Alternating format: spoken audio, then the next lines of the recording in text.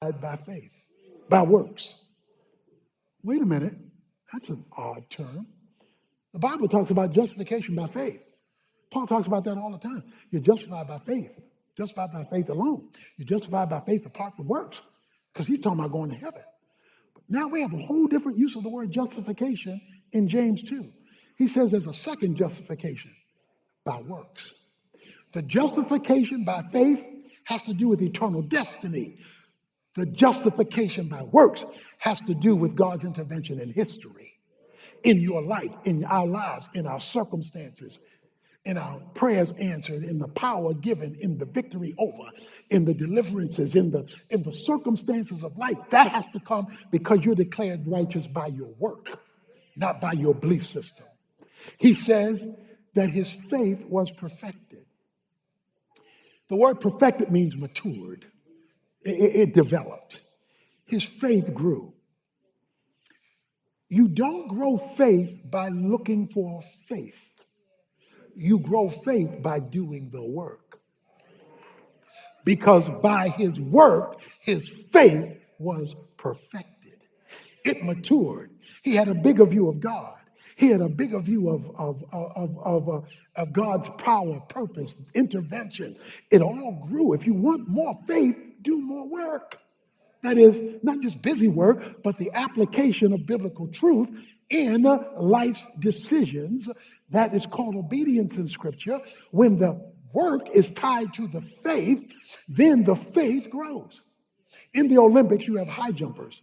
They can jump about 8 feet, springing off the ground. But you also have pole vaulters.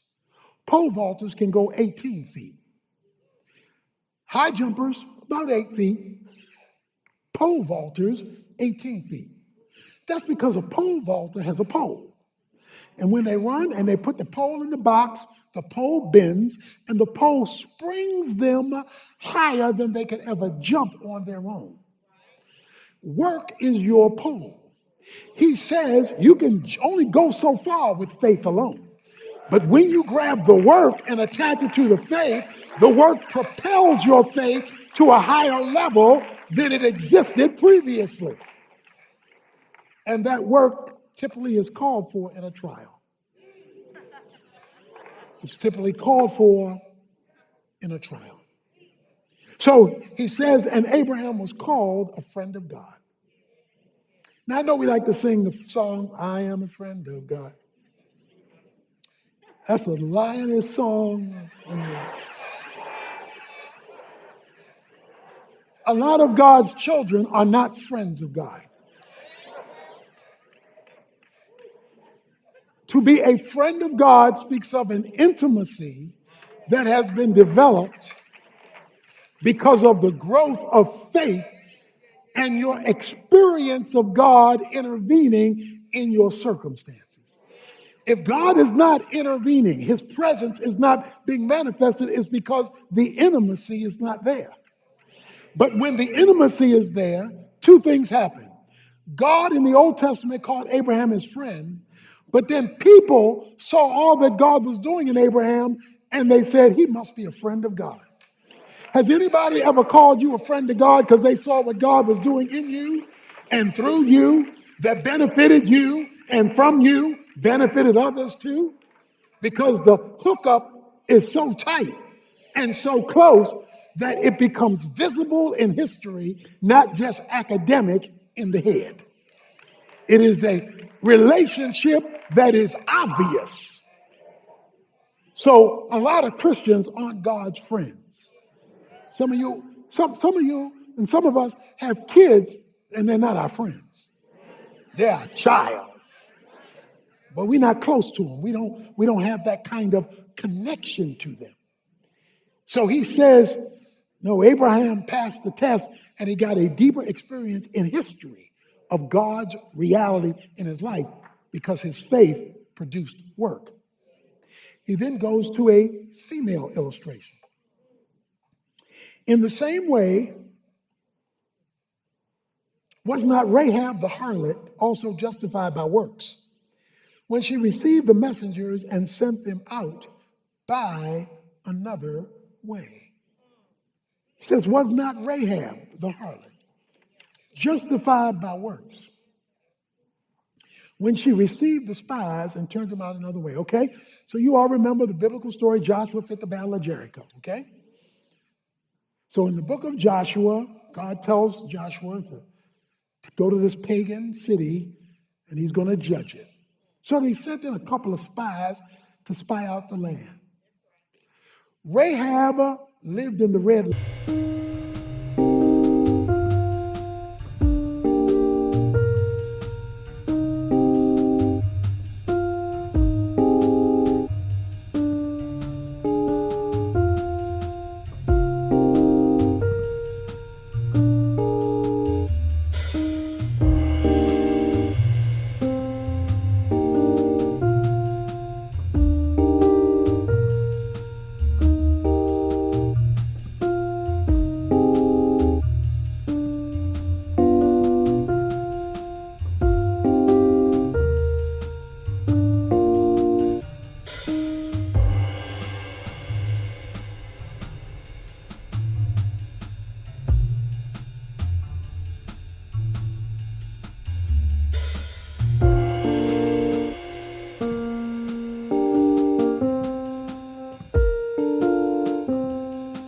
light district.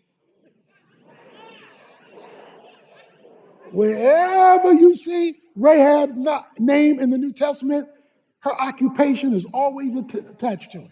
When the spies came, they thought the red light district would be a good place not to be detected. Christians would have had a hard problem with them spies. But they go to the red light district figuring this way. Rahab, the madam of the house, decides, she tells them, I have heard about your God. And I heard what he's been doing. And I believe in your God.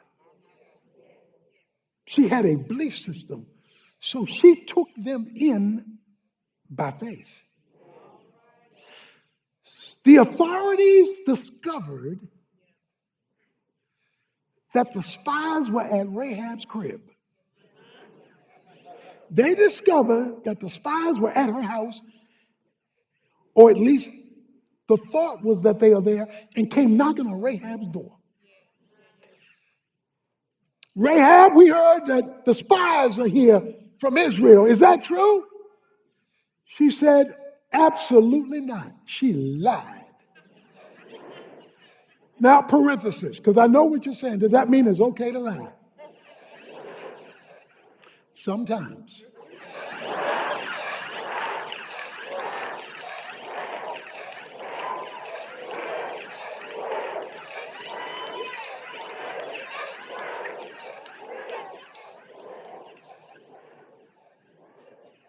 Now, some of y'all took that further than it was intended. The one time it is okay to lie is when you're faced with two sins. And you have to make a choice because either choice is a sin. So you make the choice where God will get the greatest glory. She believed that it would be better to spare the life of the spies than to turn them over. So she lied. And she not only lied, but then she sent them out, the verse says, another way. So the authorities were coming in this door. She let them out of that window through the scarlet thread and let them escape. But on their way out of Dodge, they said, because you have done this, your work. When we first showed up, you told us you believed. But because of what you just did, your work, you gather all of your family, you bring them into your house, and when we shut this mama down, you and everybody in your house will be spared. Now, there is a statement about her house that's in the story in Joshua that is easy to miss. It says her house was embedded in the wall. So her house was attached to the wall. That means that when the walls of Jericho fell down, there was a piece of the wall still standing. There was a piece of the wall still operating because her house was attached. And because of that, this piece was testimony that God can cover you in history when everything is collapsing around you. God can cover you in history when everything is falling apart around you and your family, because everybody in the house was covered. But not only that, God not only saved her life, he changed her legacy and he changed her destiny.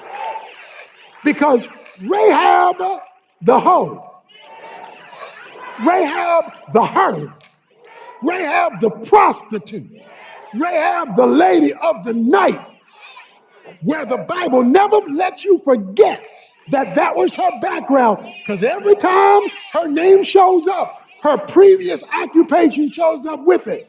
But it says when Israel left, she left with him. She ran into an architect who put together the architectural structure for the city of Jerusalem. The architect fell in love with a hoe. The architect fell in love with a harlot. He married Rahab. When you read Matthew chapter 1,